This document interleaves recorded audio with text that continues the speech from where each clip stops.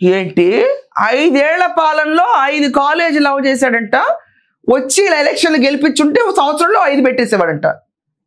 ఇంకా అసలు మీకు మెడికల్ కాలేజీల పర్మిషన్ గురించి మాట్లాడవా కొడాలని? నువ్వు పులివెందుల మెడికల్ కాలేజ్కే పర్మిషన్ లేదు, అది తెలుసా నీకు? మనకున్న 4 మెడికల్ కాలేజీలకే పర్మిషన్, 5వది ఎక్కడి నుంచి వచ్చింది? 5టిని వెలిగిచ్చేసాడా దీపాలు, జీవితాలను మార్చేశాడా? ఏం మాట్లాడుతున్నావా నువ్వు?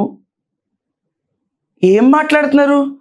మొత్తం 7 మెడికల్ కాలేజీలకి పర్మిషన్లు అప్లై చేశారు. అసలు అప్లై చేసింది 7 మెడికల్ కాలేజీలు, దాంట్లో 4టికి వచ్చినాయి, 3టికి రాలా. ఇంకా ఇతను వచ్చేసి మిగతా 5 ఎక్కడున్నాయి? 5 అంటే దా పర్మిషన్ ఇచ్చేయండి, ఇచ్చేస్తారా?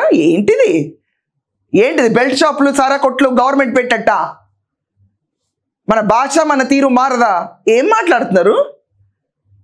ఆయన ఏంటి పేద విద్యార్థుల కోసం జగన్మోహన్ రెడ్డి ఆలోచించేవాడా? ఆలోచించుండుంటే నీకు కొంచెం సిలబస్ చెప్పేవాడు, నువ్వు కాన్స్టిట్యుయెన్సీలో బాగా చేసి కూర్చునేవాడివి. ఇలా ఎందుకు ఉండేవాడివి చెప్పు? పేద విద్యార్థుల గురించి జగన్మోహన్ రెడ్డి ఆలోచించాడా?